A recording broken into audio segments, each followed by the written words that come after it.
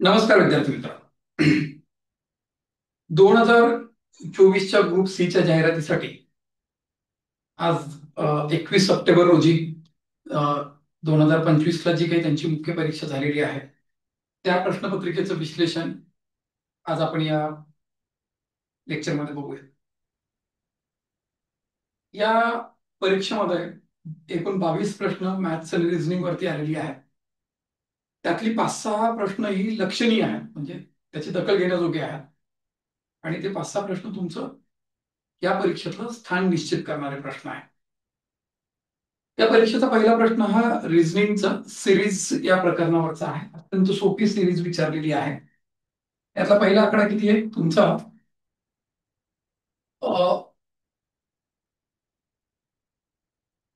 2, 12,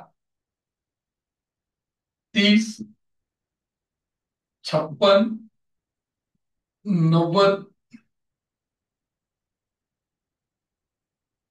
right. मला इथलंच विचारलं, या मालिकेचा हजारावं, 1,500, 2,000 परत विचारलं तरी काढता आलं पाहिजे. का काढता आलं पाहिजे?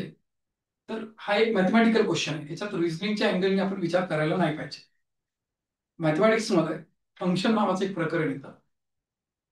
जर मी याला तुम्हाला जर म्हणालो मी या मालिकेचं 275वं पद काढ, तर तुम्हाला त्या केसमध्ये फंक्शन तयार करता आलं पाहिजे. तर फंक्शन तयार करण्याच्या 4 पद्धती आहेत: फरक, पट, घातांक आणि नजर, अशा 3 गोष्टींचा वापर करून काय केलं जातं, तुम्ही एक फंक्शन तयार करता. तेच फंडा इथं अप्लाय करायचा आहे. फरक घ्यायचा. तुम्हाला सिरीज आल्याच्या नंतर फरक, पट, घातांक आणि नजर. नजर म्हणजे तुम्हाला फिबोनाची सिरीज वगैरे असेल, मूळ संख्या असतील, तर या 4 काही पटीतला काही, म्हणजे पटीत पण नाही, अंकांची बेरीज ऍड केलेली असेल, सबस्ट्रॅक्ट केलेली असेल, तर ते थोडंसं तुम्हाला त्याच्या बाबतीमध्ये थोडं कॉशियस राहावं लागतं. बस हे 4च गोष्टींचा विचार करावा लागतो. मग इथं आपण फरक पहिल्यांदा घेऊ. हा फरक कितीचा आहे तुमचा? 10चा आहे. हा फरक कितीचा आहे? 18चा आहे. हा फरक कितीचा आहे तुमचा? 26चा आहे. हा फरक कितीचा आहे तुमचा? 34चा आहे. म्हणजे तुम्ही साधारणतः बघितलं तुम्ही, तर हा फरक कितीचा आहे तुमचा? 8चा आहे. हा फरक कितीचा आहे तुमचा? 8चा आहे. हा फरक कितीचा आहे तुमचा? 8चा आहे. हा फरक कितीचा असेल तुमचा? 8चा. म्हणजे तुम्ही किती? 42 न वाढलं पाहिजे. तुम्ही किती आलं पाहिजे? इथं 132 आलं पाहिजे. आणि जर तुम्ही साधारणतः बघितलं तुम्ही, क्रमवार विषम संख्यांचा वर्ग अधिक ती विषम संख्या, अशा पद्धतीने हे गणित काय केलेलं आहे? सेट केलेलं आहे. म्हणजे ह्याचं जर फंक्शन तयार करायचं जर ठरलं, F of X equals to, so this is 2x minus 1 whole square plus 2x-1, अशा पद्धतीचा ही प्रॉब्लेम आहे. या मालिकेचं कितवं पद आहे? 1, 2, 3, 4, 5, 6वं पद आहे. 6 दोन्ही 12तून 1 गेलं, 11चा वर्ग आला, 121. 6 दोन्ही 12 मधून 1 गेलं, 11 आलं. असं म्हणून काय झालं? 132 झालं. आता मला या मालिकेचं समजा 100वं पद विचारलं असतं, तर इथं 200 मधून 1 गेलं, 199चा वर्ग अधिक 199 असं ऍड केलं असतं, मग विषय संपला असता माझा. राईट. तर हे अशा पद्धतीनं मॅथमॅटिक्स मध्ये प्रोसेसच आहे, त्याचा वापर करून हे आपण वर्कआउट केलेलं आहे. जेव्हा दुसरा दुसरा फरक जेव्हा कॉन्स्टंट येतो, तेव्हा ते कुठल्या तरी वर्गाची कन्सेप्ट घेऊन ती मालिका तयार झालेली असते. जर पहिल्यांदा झालं असेल तर कुठलाच वर्ग घातांक बितांक असतो, तिसरा घातांक पट आले तर घातांक बितांक असतो. त्याच्यामुळं मालिकेच्या बाबतीमध्ये प्रश्न सोडवत असताना ते काहीतरी 14, 15, 16, 20, 25 प्रश्न तुम्हाला ते फॉर्मॅट लिहून दिले जातात. एनचा वर्ग भागिले 2 अधिक N minus N plus N असलं काहीतरी केलं तर ते करण्याची आवश्यकता नसते. हे सांगण्यासाठी थोडंसं डिटेलमध्ये सांगितलं तुम्हाला. राईट. तर ते स्किप करत असले सगळ्या पद्धती. त्याच्या पुढं श्याम हा रामपेक्षा उंच आहे. लिहितोच हे मॅथमॅटिकल इनइक्वॅलिटीज किंवा सिक्वेन्शियल ऑर्डर ऑफ थिंग्स नावाचे जे पझल्स आहेत आर एस अग्रवालच्या पुस्तकामध्ये, त्याच्यावरती हा प्रश्न विचारलेला आहे. राईट. श्याम हा रामपेक्षा उंच आहे. श्याम उंच आहे कोणापेक्षा? रामपेक्षा. राम हा आमिरपेक्षा उंच आहे. सुधीर हा शिशिरपेक्षा उंच आहे. तर सुधीर आणि शिशिर हे दोनही पात्र आता गणितामध्ये नाही आहेत, त्याच्यामुळे आपण या वाक्याला थोडंसं असं अंडरलाईन करून ठेवून घेऊ. शिशिर हा रामपेक्षा उंच आहे.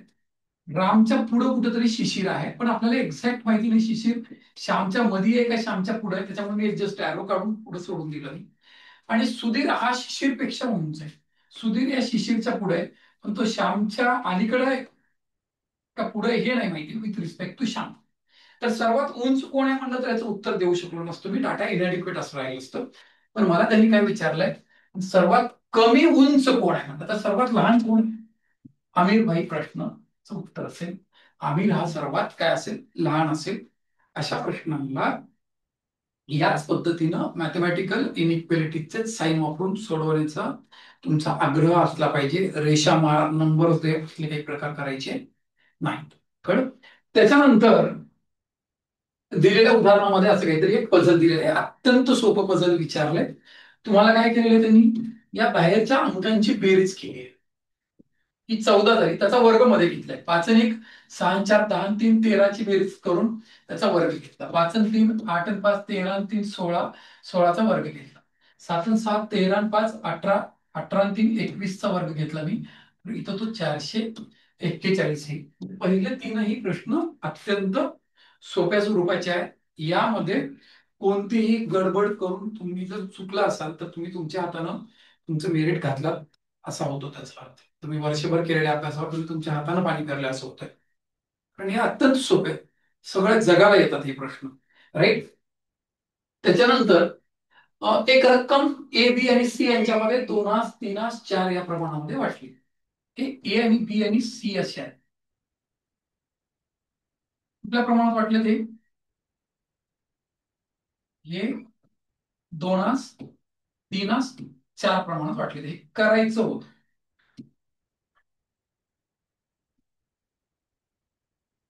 राईट? तर चुकीनं काय झालं, चुकीचं काय झालं, चुकीचं असं झालं की ती रक्कम त्यांनी कुठल्या प्रमाणात वाटली, 7 2 5 या प्रमाणामध्ये वाटली ते. तुला काय म्हणतात त्यांनी, आता असं चुकीचं केल्यामुळे काय झालं, त्याचा परिणाम त्या अमाऊंट वरती झाला. कुणाला बीला मिळालेला परिणाम झाला, बीला असं केल्यामुळे बिचाराला 30,000 रुपये कमी मिळाले. तर आता बघा, ह्या अमाऊंटची तर 3 नंतर 5 आणि 4 9 भाग केले गेले आणि इथं 14 भाग केले गेले. तर ते दोन्हीचे भाग कसे आहेत, वेगवेगळे. एकच अमाऊंट आहे. कंपॅरिझन करायचं या केसमध्ये तुम्हाला, तर तुम्हाला दोन्हीकडचे भाग समान करून घ्यावे लागतील. दोन्हीकडचे भाग समान करून घ्यायचे असेल तर याचे टोटल भाग किती आहेत, 14 आहेत. 14 त्याला गुणायचं, याला गुणलं प्रत्येकाला. 14 दोन्ही किती झालं तुमचं, 28. 14 त्रिकोण किती झाले तुमचे, 42. आणि 14 चोक किती झाले, 56 झाले तुमचे. आता याचे एकूण जर भाग बघितले तुम्ही तर हे टोटल किती होतील तुमचे, टोटल पार्ट्स किती होतील, 126 होतील. तुम्ही बघा ना तुम्ही, हे 60 70 आणि 56 126 भाग झाले तुमचे. टोटल 126 झाले. आणि यांच्या 9 तुम्ही याला गुणलं पाहिजे. 7 9 63, 9 2 18, 9 5 45. तुम्ही आता यांची बेरीज करा. 70 दोन्ही 9 आणि हे 25 14 9 हे 126 झाले. म्हणजे दोन्हीचे पार्ट्स टोटल कसे झाले, आता टोटल अमाऊंट कशी झाली तुमची, सारखी झाली. आता तुम्ही कंपॅरिझन करायला मोकळे आहात तुम्ही. जेव्हा टोटल अमाऊंट तुम्ही वाटलेली 126 रुपये असतील तर बीला अगोदरच्या केसमध्ये 42 मिळाले असते आणि नंतरच्या केसमध्ये किती मिळाले असते, 18 मिळाले असते. पण तुम्हाला कमी मिळाले असं म्हणले, म्हणजे अगोदरची रक्कम आणि नंतरच्या रकमेमध्ये मी तो फरक दिलाय. तर यांच्यातला फरक किती होतो तुमचा, 24 भाग येतो याच्यातला फरक.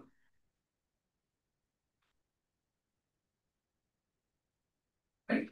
म्हणजे तुमची जर अमाऊंट 126 रुपये असती तर तुम्हाला फरक कितीचा पडला असता तुमचा, 24 भागांचा फरक पडला असता तुमच्या. 126 अमाऊंट असतं तर तुम्ही कितीनं फरक कमी पडला असतात, 124 भागांनी कमी पडला असतात. पण तुम्हाला कमी किती पडले, किती आहे ते, 30,000 रुपये. Compare to 24, 24 सव्वे 30. पावकी नेमकी पावकी शिकली असेल तर पट घेता येत. सव्वे 30 म्हणजे हे 1250 पट आहे. किंवा एक भाग बरोबर 24 भाग बरोबर 30,000 रुपये. एक भाग बरोबर 1250 रुपये होते. 24 सव्वा 1.25 घेतलं, 1 2 3 0.5 आणि चिन्ह पुढे सरकवलं, ते 1250. आता माझी टोटल रक्कम किती आहे? 126. म्हणजे याची पण किती पट घेतली पाहिजे मी? 126 भाग 126 गुणिले 1250 झाला पाहिजे. आता हा गुणाकार करायचा आहे. 1250 न गुणाकार करायचं नसतं, फक्त भागिले 8 करायला. 8 एक 8, उरले किती तुझे? 4 उरले. 46 झालं तुझं. 46 का 8 न भागलं, 8 पंचे 40 झालं. उरले 6. आता 6 गुणिले 1200 का? 7500 होतं. म्हणजे तुझी अमाऊंट किती आहे टोटल? 1,57,500. कुठे येते? दिस इज आउट. 1,57,500. हा एक टेक्निकली खूप सुंदर प्रश्न आहे. संतोष वट्टमोरच्या अंकगणित नावाच्या पुस्तकामध्ये गुणोत्तर व सॉरी मिक्सचर आणि अलिगेशन नावाच्या प्रकरणामध्ये, राईट, या कन्सेप्ट वरती महाराजांनी बोललेलं आहे. तिथं इथं हे रकमेच्या स्वरूपामध्ये बोललेलं आहे महाराजांनी. तिथं कशाच्या स्वरूपामध्ये बोललेलं आहे बघा? मिश्र द्रावणाच्या रूपामध्ये बोललेला आहे. मला त्याच सांगायचं झालं तर हा प्रॉब्लेम, मला त्याची कन्सेप्ट कुठं भेटेल सांगतो. आपल्या पुस्तकामध्ये, जस्ट अ मिनिट,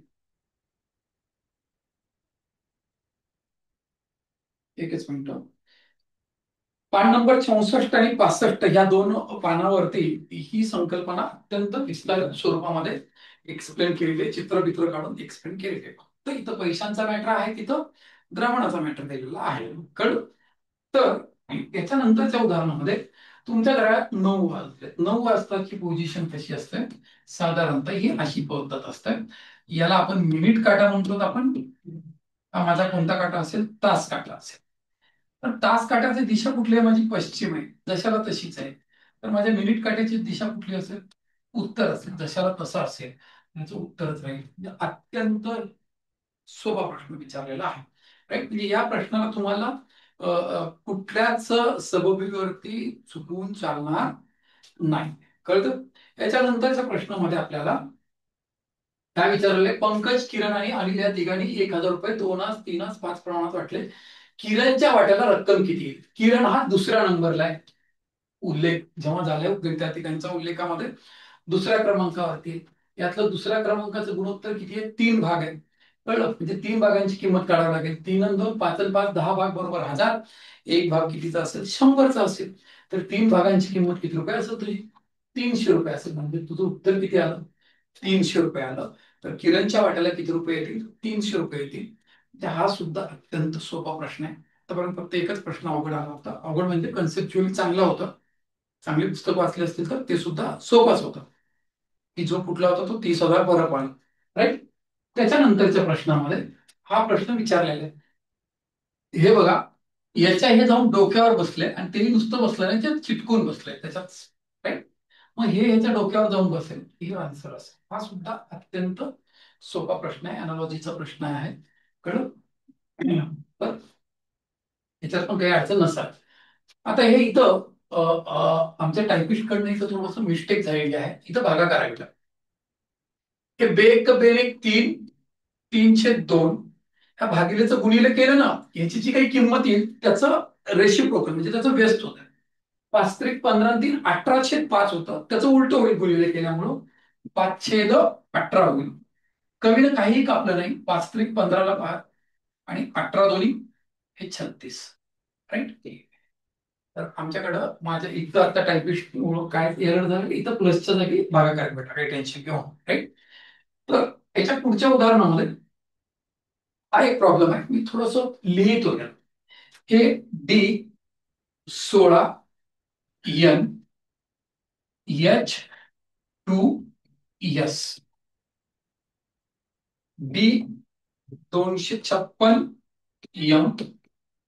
इथं काय माहिती नाही. मी परत हा प्रश्न इथे लिहितो. D16 N H2S B256 M. इथं प्रश्न आहे. त्याच्यामध्ये माझ्याकडे कम्पॅरिझन करायला माझ्याकडे दोन पद्धतीने कम्पेअर करेल.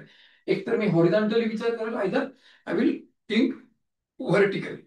तर मी याला विचारात घेत असताना मी अशा पद्धतीने विचारात घेण्याचं. बघा इकडं एक पेन सिलेक्ट करूत आपण. पेन आता थोडा गडद रंगाचा येतो. डी ची किंमत माझ्या माहितीनुसार इथं 4 आहे. याची किती आहे? 14 आहे. हे किती आहे? 8 आहे. हे किती आहे? 19 आहे. हे इथून इथं +4 आहे. हॉरिझॉन्टल थॉट करतोय. हे 2 आहे, तर मी इथून इथं +4 केलं. 2 मध्ये 4 ऍड केलं, 6 आलं बेटा. 6 ला एफ असते बेटा. 13 आहे. 13चं इथं 14चं 19 झालं बेटा. हे +5 केलं सोन्याने. ह्याचं +5 केलं.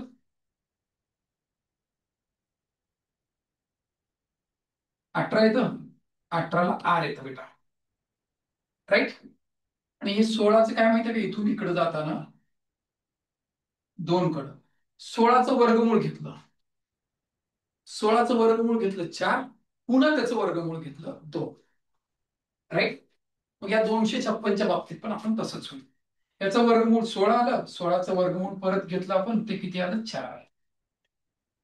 तर उत्तर काय पाहिजे? F4R पाहिजे. F4Q आहे, F4P आहे. F4R नाही. म्हणजे मला असं वाटतं की माझं हॉरिझॉन्टल थिंकिंग काहीतरी चुकतंय. राईट. मी आता व्हर्टिकल थिंकिंगचा जर विचार केला, व्हर्टिकल थिंकिंग मध्ये आपण अशा पद्धतीने विचार जर केला, समजा इथं 4 आहे, इथं 2 आहे. हे -2 झालं बेटा, कमी झालं 2.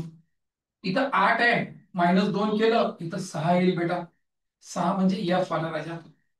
हे 16, इथं 56, याचा वर्ग घेतला, याचा वर्ग केला, इथं याचा वर्ग घेतला तर किती आलं? 4 आलं. इथं 14 आहे, इथं 13 आहे, इथं -1 केला, मग इथं 19 आहे, इथं -1 केलं बेटा मी, इथं 18 येईल. 18 म्हणजे आर झालं. F4 आणि आर येईल. राईट. तर दोनही थिंकिंग मी करून बघितल्याच्या नंतर माझं उत्तर F4R राहते, की जे इथं ऑप्शन मध्ये दिसत नाहीये. तर मला जे काही भगवंतानं मेंदू दिलाय आणि आत्ताच्या क्षणाला मी जे काही विचार करतोय, तेवढ्या ताकदीनुसार असं माझं मत बनलंय की हा प्रश्न आयोगाला कॅन्सल करावा लागेल, असं मला वाटतंय आत्ता तरी. राईट. याच्या व्यतिरिक्त हा रिझनिंगचा प्रश्न आहे. याच्यामध्ये आणखी काही लॉजिक असेल किंवा असू शकतंय, पण माई लावलेल्या लॉजिकनुसार तो पर्याय इथं उपलब्ध दिसत नाही. पण तर कदाचित हा प्रश्न कॅन्सल होऊ शकतो. कळतं? तुमच्याकडे काही लॉजिक असेल तर प्लीज शेअर विथ मी. तर त्याच्यानंतर आता हे थोडेसे इथले आकडे तुम्हाला तर दिसतील का नाही दिसतील हा प्रश्न आहे, पण तुमच्याकडे उत्तरपत्रिका असतातच. तर मी पहिल्यांदा कुठले कुठले सब्जेक्ट आहेत माझ्याकडे? विज्ञान आहे. मी विज्ञानाचे आकडे घेतो. हा कॉमन पोर्शन जो आहे इथला, हा कॉमन पोर्शन विचारातच घेत नाही. राईट. हे 18 आणि इथले 18 36 झाले. हे 15 आणि 16 किती झाले? 31 झाले. आणि 19 आणि हे 13 किती? 32 झाले. 99 टोटल होते. मी 99 टोटल मारत पण नाही. मला फक्त काय करायचं, कोणत्या विद्यार्थ्यांनी जास्त निवडले चेक करायचं. आता भूगोलाकडे कॉमन पोर्शन घेत बसत नाही. हे घेतो आता. भूगोलचा असा गोल आहे, 13 आणि 13 26. पहिलाच आकडा 12 कमी झाला. आणि हे किती झालं? 12 आणि 26 28. हे दोनही आकडे कमी झाले. त्याच्यामुळे आता तिसऱ्या आकड्यात काही वाढण्याचा चान्सच नाहीये. 27 पण कमीच आहे. त्याच्यामुळे भूगोलामध्ये विद्यार्थी विज्ञानाच्या तुलनेमध्ये जास्त असणार नाहीत. आत्ताच्या मुवमेंटला माझ्याकडे विज्ञानालाच जास्त होतं. राईट. त्याच्यानंतर मी इतिहासमध्ये आलो. इतिहासामध्ये आलो मी 18 18 36 घेतलं. कारण वर 36 खाली 36, त्याच्यामुळे काही टेन्शन नाही. 14 12 26 झाले. याच्यापेक्षा कमीच आहे. आणि हे 29 झालं, त्याच्यापेक्षा कमीच आहे. याच्यापेक्षा कमी, याच्यापेक्षा कमी. म्हणजे विज्ञानपेक्षा इतिहासाला सुद्धा विद्यार्थी कसे आहेत? कमी आहेत. मी टोटल बिटं मारत बसत नाही. आता राहिला गणिताचा विषय. गणिताला काय होईल? 13 13 26 29. झटक्यातच कळतं इथं कमी आहे, इथंही कमीच आहे. इथं जास्त जरी असते, हे 10 न कमी आहे, 3 न जास्त आहे, म्हणजे 7चा इफेक्ट पडलाय. आणि ना 18 27 म्हणजे आणखी हे 27 याच्या सुद्धा पेक्षा कमी आहे. म्हणजे एकंदरीत या तीनही विषयामध्ये विद्यार्थ्यांची जी संख्या आहे, ती संख्या ही या चार विद्यार्थ्यांच्या विषयांच्या तुलनेनं बघितलं तर सगळ्यात जास्त कुठल्या विषयामध्ये विज्ञानामध्ये आहे. राईट. हा वेन डायग्रामशी प्रश्न होता. असे दोन प्रश्न आलेले आहेत तुम्हाला, हे एक आलेले आणखी पुढे आहे. राईट. तर याच्या पुढच्या प्रश्नामध्ये धातूच्या तीन भरीव घनांना वितळून एक मोठा घन तयार करण्यात आला. या तीन घनांची लांबी काय? 3 सेंटीमीटर, 4 सेंटीमीटर, 5 सेंटीमीटर असल्यास तीन घनांना एकत्रित पृष्ठभागाचं क्षेत्रफळ आणि मोठ्या घनाचं क्षेत्रफळ असं काय विचार. राईट. हे तीन घन दिलेत आणि हा मोठा घन, हे लहान तीन घन आणि मोठा एकच घन बनवलाय. राईट. आता एखाद्या गोष्टीला वितळून जेव्हा काही बनवलं जातं तेव्हा त्याचं घनफळ व्हॉल्यूम ट्रान्सफर होत असतं. राईट. मग व्हॉल्यूम कसं असेल? हे घनफळ, घनफळ इटसेल्फ सांगतं की काहीतरी तिसऱ्या घातांकाचं फलित आहे. सूत्रमित्र काही गरजेचे नाहीये. मग याचा तिसरा घातांक घेतो मी. 3चा घन किती आला? 27. 4चा घन 64. 5चा घन 125. असं 3 वितळलं की याचं टोटल 216 झालं. आता बाजूवर येतो, हे घनफळ झालं. बाजूवर आलो मी. हे सेंटीमीटरचा घन असेल एक याचं, हे सेंटीमीटर मध्ये असतील. हे 3 आहे, हे 4 आहे, हे 5 आहे. आता 216चं घनमूळ घ्यावं लागेल आपल्याला बाजूवर यायचं तर. मग बाजू किती झाली माझी? 6 झाली. पण मला त्यांनी पृष्ठफळावर, क्षेत्रफळावर, भागांचं पृष्ठभागांचं क्षेत्रफळ विचारले. क्षेत्रफळाचं एकक हे सेंटीमीटरचा वर्ग असतंय. राईट. हे क्षेत्रफळ घेतलं मी, त्याचं एकक काय? सेंटीमीटरचा वर्ग आहे. 3चा वर्ग 9, 4चा वर्ग 16, 5चा वर्ग 25, यांची बेरीज केली ती किती आली माझ्याकडे? 50 आली. आता मी ह्याचा वर्गच घेतो, कारण बाजूचा वर्ग घेतला की विषयच संपतो. ह्याचा वर्ग घेतला की 36 आलं. आता मला काय करायचं? ह्याचं गुणोत्तर घ्यायचं. 50 आणि 36चं गुणोत्तर जर घेतलं मी तर 2 न भागाईल मी. हे किती झालं? 25. हे किती आलं? 18. 25 18 कुठे बघा दिसेच. हा प्रॉब्लेम तुला सोडवता आला का नाही आला हा मॅटर नाहीये. हा प्रश्न तू किती कमी वेळेत सोडवलास हा मॅटर करतो. तू जर तिथं सूत्रमित्र लावत असशील तर तुझं दुकान लागलेलं असेल, बराच वेळ गेलेला असेल, किंवा तू स्किप केलेला असेल तो प्रॉब्लेम, आणि तुझा जर विचार करण्याची पद्धती या पद्धतीची असेल तर तुला काही अवघड गेलं नसतं. तू लगेच वितळलं म्हणलं की यांच्या गणाची बेरीज घेऊन घनमूळ घेतलं असतंस तू. राईट. आणि वर्गांच्या प्रमाणामध्ये पृष्ठफळ असते, लगेच तुझ्या लक्षात आलं असतं. राईट. चल जो भी आहे सही आहे. ओके. त्याच्यानंतर एक ट्रेन प्रवासी घेऊन येते. हा प्रॉब्लेम रिपीट झाला या वर्षात, दुसऱ्यांदा आलाय. म्हणजे मला वाटतं प्रीच्या एक्झाम्सला अगोदर एकदा कुठं रिपीट झाला, ह्या वर्षातच रिपीट झाला. राईट. पहिल्या स्थानकावरती 1 तृतीयांश प्रवासी उतरते आणि 280 त्याच्यामध्ये काय होते? वाढते. पुन्हा अर्धे चढते, अर्धे उतरते, अर्धे चढते, 12 चढते, आणि शेवटी मग किती राहिले तुमच्याकडं? 248 प्रवासी आहेत. अशा गणितांमध्ये रिव्हर्स थिंकिंग करायची असते. काय करायची असते? रिव्हर्स थिंकिंग करायची असतं. म्हणजे काय करायचं? आता प्रॉब्लेम असा वाचायचा, शेवटी किती होतं तुझ्याकडे? 288 होतं.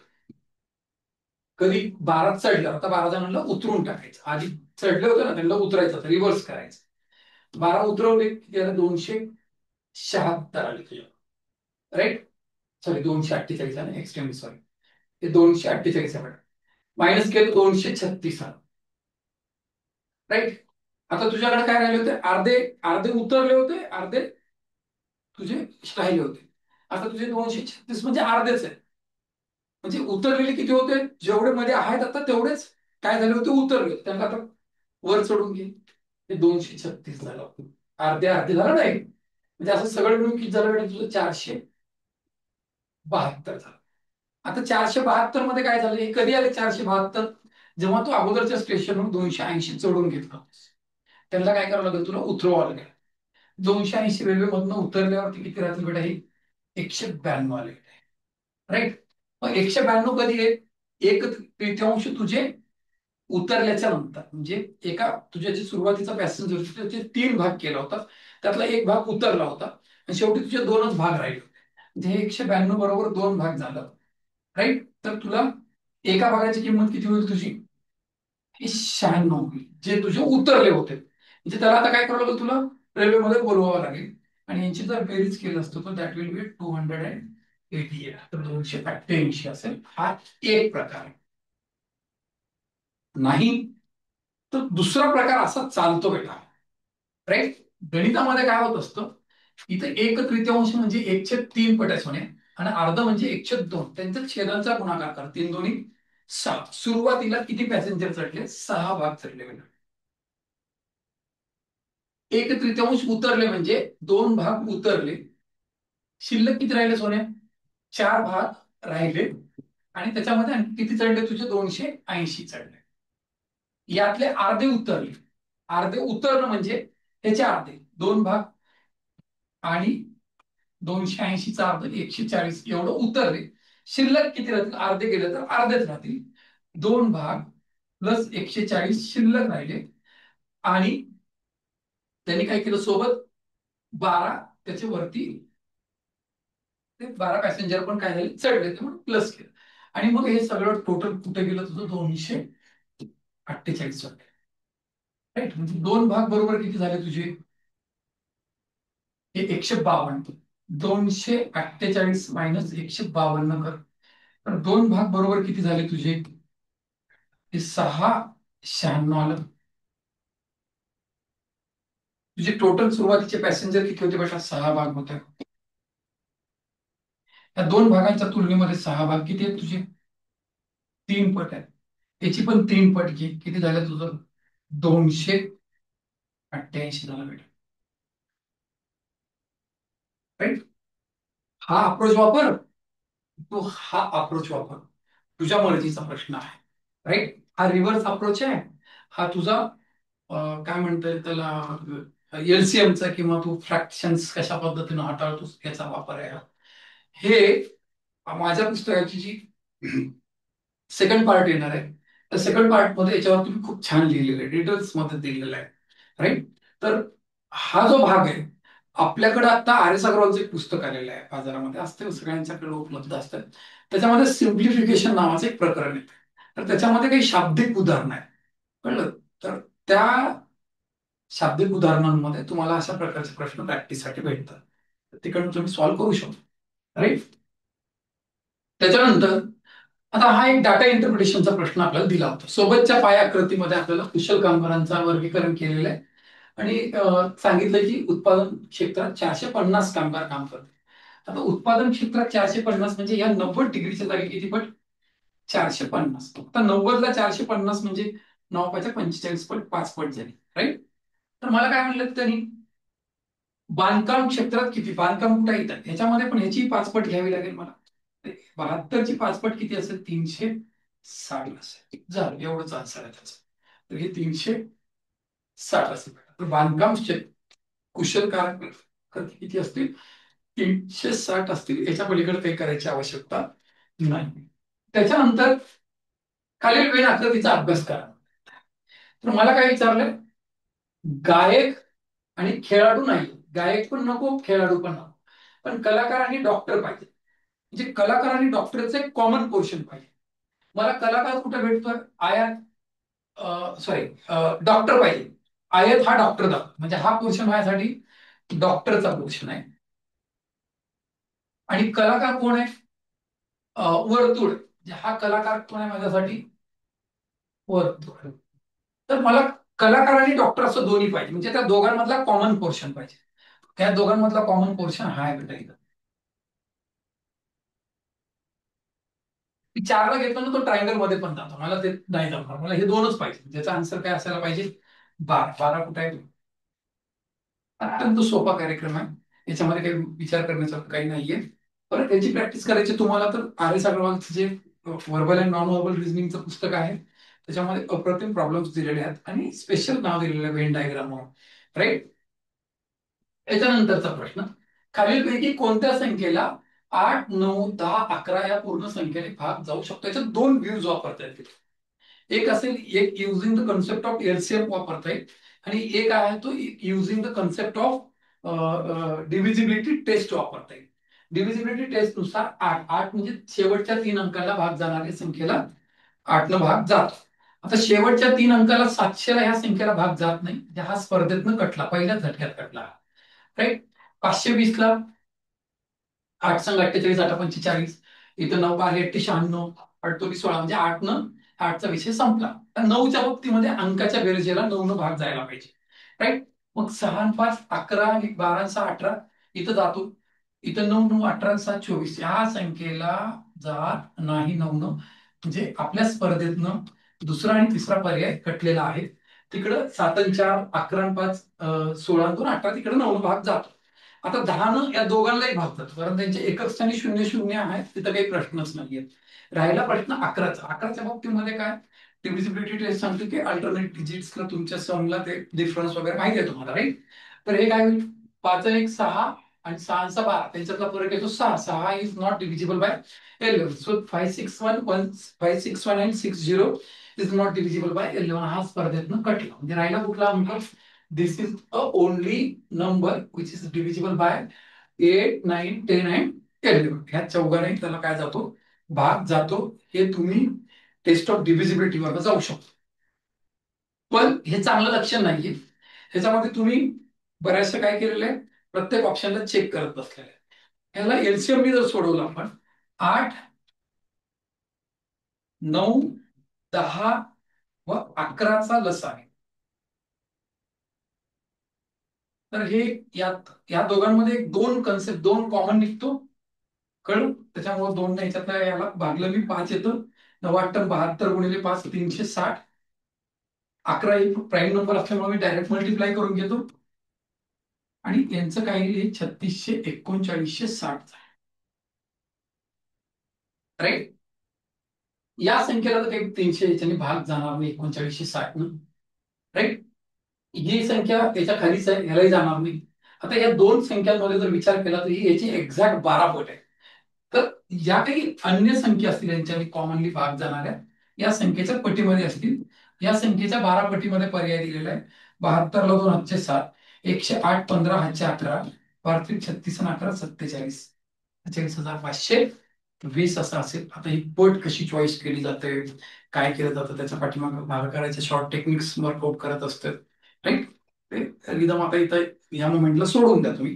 हे दोन कन्सेप्ट आहेत, एवढं लक्षात ठेवा तुम्ही की एक either LCM or using the concept of test of divisibility, अशा दोन पद्धतीने या उदाहरणाला काय करता आलं असतं, आपल्याला अप्रोच देता आला असता, राईट. त्याच्यानंतरचे उदाहरण, यम ची किंमत 2 असल्यास, राईट. मग काय होतंय, की मी गणित थोडस लिहितो. 4m raise to -4 divided by 8m raise to -3. आता काय माहितीये का, हा डिव्हिजन मध्ये -3, म्हणजे तो मल्टिप्लिकेशन मध्ये आला तर काय होईल, +3 होईल. म्हणजे याचं काय होईल, 8m होल क्यूब होईल, राईट. काय अडचण, हा मल्टिप्लिकेशन मध्ये -4 आहे, तो डिव्हिजन मध्ये +4 असेल. म्हणून मी ह्याला काय लिहितो, -4m बाय 4 लिहितो. काय अडचण, काय अडचण असणार, ओके. मग आता हा मायनस आहे ना, तर हा मायनसच्या बाबतीमध्ये काय होतं, याचा हा इव्हन पॉवर आहे. इव्हन पॉवर जर असेल ना, तर मायनस सिम्बॉलला काही अर्थच राहत नाही, कळतंय. मग मी काय करतो, एम ची किंमत ठेवून देतो, हे 8 चा घन 3 वेळेस हे यम चा घन. हे 4चा विचारच करू नको, सोडून देते, मायनस चिन्हाचा विषय सोडून देतो. इव्हन पॉवर आहे ना, तर मायनस न्यूट्रल होऊन जातं. मग हे 4 गुणिले 4 गुणिले 4 गुणिले 4 गुणिले यम 4 वेळेस आहे.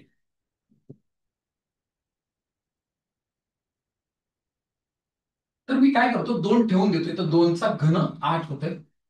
ह्यालाही 2 करून देतो मी, आणि काटताना कसं काटलं बघ, हे 4 दोन्ही 8 ह्याच्यासोबत कटलं, 4 दोन्ही 8 ह्याच्यासोबत कटलं भेटलं. हे 4 दोन्ही 8 ह्याच्यासोबत कटलं, 4 दोन्ही 8 ह्याच्यासोबत कटलं, काहीच नाही आलं की त्याला बेटा 1 आलं.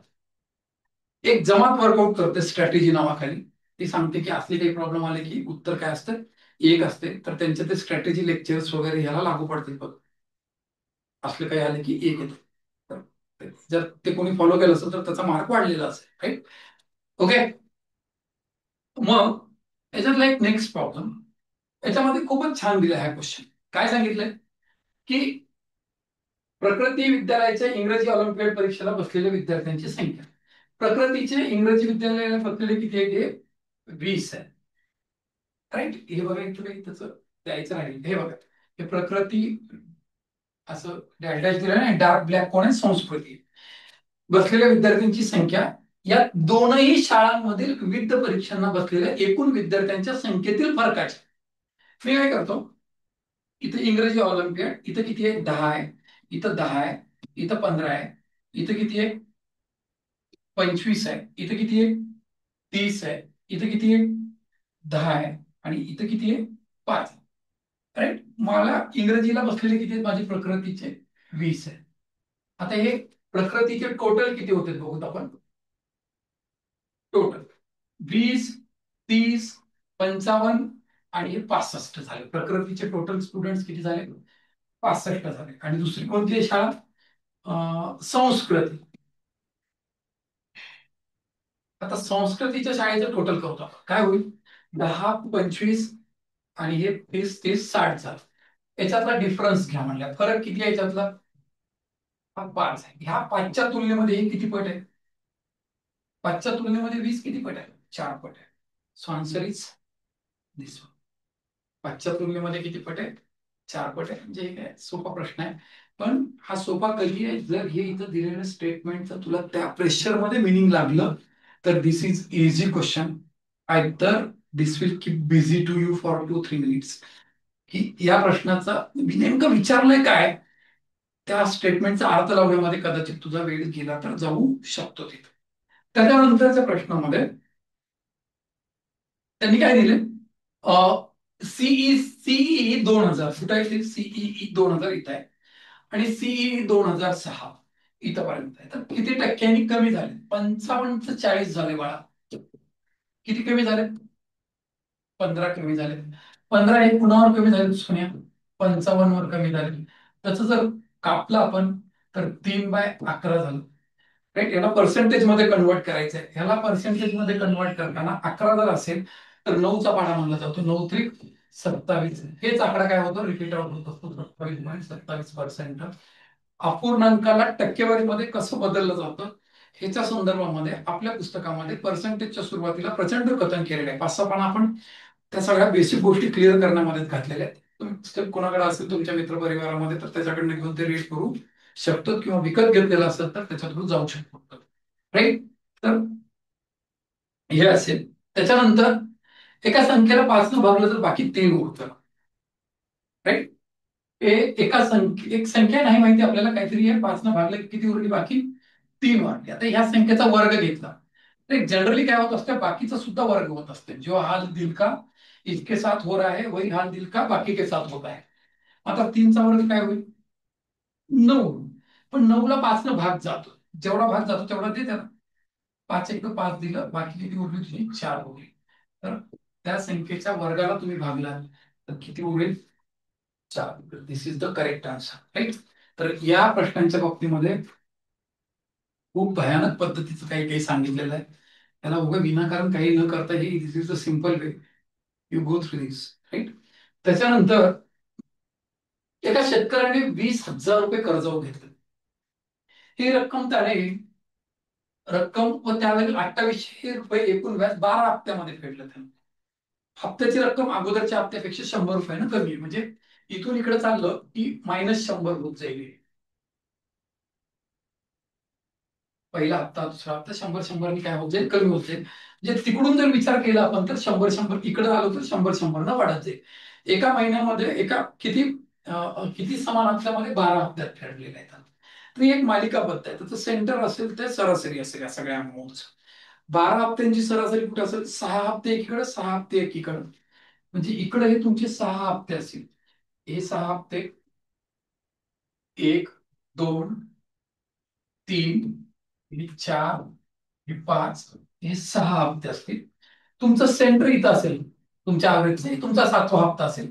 इथून इथं 100चा गॅप आहे, म्हणजे हे 50 असेल, इथून एवढं 50 असेल म्हणजे तुमचं इथं कोण प्ले करेल? ॲव्हरेज प्ले करेल तुमचं. सेंटरला ॲव्हरेज असतं ना. आणि तुम्हाला कुठलं विचारलं? पहिल्या हप्त्याची रक्कम विचारली, इथली रक्कम विचारली. आपण काढूयात. काय होईल? 22,000 रुपये आणि हे 2800 रुपये. हे किती झाले? 22,800 रुपये झाले. 22,800 रुपये ते पट्ट्या किती हप्त्यामध्ये देतोय? 12 हप्त्यामध्ये. 12 एक 12 प्रत्येक हप्त्याला तो, म्हणजे याचा अवरेज किती पडलं त्याच्या हप्त्यांचं? 1900 रुपये पडलं. म्हणजे आता इकडून इकडे जाताना कमी होतं, म्हणजे इथून इथून ह्या गोलपासून ही लाईन -50 रुपये असेल, तर इथून इकडे येताना ही काय झालेली असेल?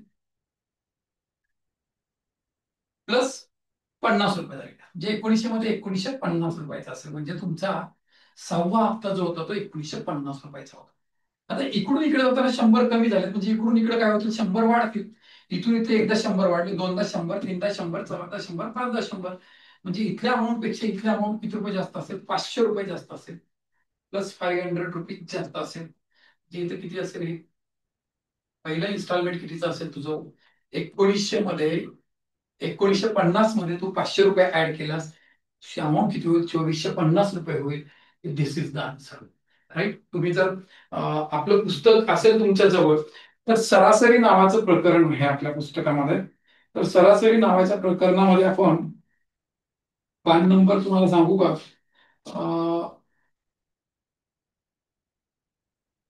हे इथला जो कन्सेप्ट आहे पुस्तकाचा, एकच मिनिट. ही कन्सेप्ट दिसत असेल हे तुम्हाला, हे गोल गोल काढून जे सांगितलंय ना, तर the similar concept is here. तर दिस इज पान नंबर 120 आणि 121 जे आहे आपल्या पुस्तकातलं, किंवा 118 पासून मला सांगू का? ते 118 पासून पुढे तेच कन्सेप्टवरती प्रॉब्लेम्स आहेत. तर ते त्या सेम कन्सेप्टवरती हा प्रॉब्लेम आलेला आहे. तर याला थोडस टेक्निकली अशा पद्धतीने सोडवलं तर बेटर असेल. राईट. तिथं समजा ए बी आणि सी हे काम किती दिवसात करतात? 60 दिवसात करतात. हे ए बी सी किती दिवस? 20 दिवस, 30 दिवस, 60 दिवस. बाळ काम काय कर माहितीये का? काम 60चं बघ. याचा लसावी येतो ना 60. आता 60चं काम हा 20 दिवसात करतो, तर दिवसाला 3 करेल, हा दिवसाला 2 करेल, हा दिवसाला एकच काम करेल. राईट. आता पुढे वाचायला घे बेटा. ए हा नेहमी काम करतो, म्हणजे हे काही काम सोडून जा. प्रत्येक तिसऱ्या दिवशी त्याला कोण मदत करतं? बी आणि सी त्याला मदत करतो. म्हणजे कामाची स्टाईल काय म्हणते का? पहिल्या दिवशी ए कामात जातो, दुसऱ्या दिवशी पण एच कामात जातो, तिसऱ्या दिवशी मात्र ए बी आणि सी असं सगळे मिळून काम करतात. म्हणजे हे तीन आणि हे किती झालं? 6. असं मिळून कितीचं काम होतं तुमचं? 12चं काम होतं. किती दिवसामध्ये? 3 दिवसामध्ये ते पट्टे कितीचं काम करतात? 12चं काम करतात. 12 मध्ये 60चं काम करायचं, म्हणजे 12×5 = 60. याची पण 5 पट घेतो, किती होईल? 15 दिवस झालेला असेल. This is the answer. Again this problem is present in our book. हा सुद्धा प्रॉब्लेम काळकाम वेग नावाच्या पुस्तकामध्ये, चॅप्टर मध्ये आपल्या पुस्तकामध्ये प्रेझेंट आहे. आकडे कदाचित वेगळे असतील, कन्सेप्ट वगैरे सेम समजून सांगितलेली आहे तिथं. राईट. आता इथला आकडा पटीमध्ये आल्या म्हणून काही वाटलं नाही. हा आकडा जर पटीत बसला नाही तर काय करायला पाहिजे हे पण सांगितलेलं आहे त्याच्यावर. राईट. मग खालीलपैकी कोणती संख्या परिमेय आहे? पाय इज नॉट अ रॅशनल संख्येची काय परिमेय संख्या नाहीये, असं शाळेमध्ये सुटसुटीतच सांगतो. म्हणजे हे कटलं स्पर्धेत. हे दोन्ही, हा इरॅशनल नंबर आहे, हा पण इरॅशनल नंबर आहे, हे दोनही कटले. हा काय असेल? परिमेय असेल. पण कसं असेल मग तुला सांग. त्याचं उत्तर असं होतं: पहिल्या पदाचा वर्ग, वर्गमुळात 2चा वर्ग, दुसऱ्या पदाचा वर्ग, आणि 2 पदांच्या गुणाकाराची दुप्पट. हे कटलं. हे 2, 1/2 आणि हे 2, 4.5 होतं. हे 4.5 म्हणजेच काय? 9/2. म्हणजे हा काय झाला? ह्या फॉर्मॅटमध्ये अंश आणि छेदाच्या रूपामध्ये एखाद्या संख्येला जर म्हणता येत असेल की ज्याचा अंश आणि छेद हे दोनही नैसर्गिक संख्या आहेत, तर त्या संख्याला आपण काय म्हणतो? इंटिजर फॉर्मॅटमध्ये जर असतील ए आणि बी, ए आणि बी जर इंटिजर फॉर्मॅटमध्ये असतील, तर अंश आणि छेद हा इंटिजर असेल, तर that number is called as a rational number, त्याला परिमेय संख्या असं म्हणतात. हा एकदम थेरॉटिकल बेस्ड क्वेश्चन विचारलेला आहे. राईट. तर अशा पद्धतीनं मला वाटतं लास्ट क्वेश्चन. अशा पद्धतीनं हे असे 22 क्वेश्चन्स आहेत. संशय घेण्यासारखी फक्त जागा एका प्रश्नाला आहे. इथे प्रॉब्लेम नंबर किती होता?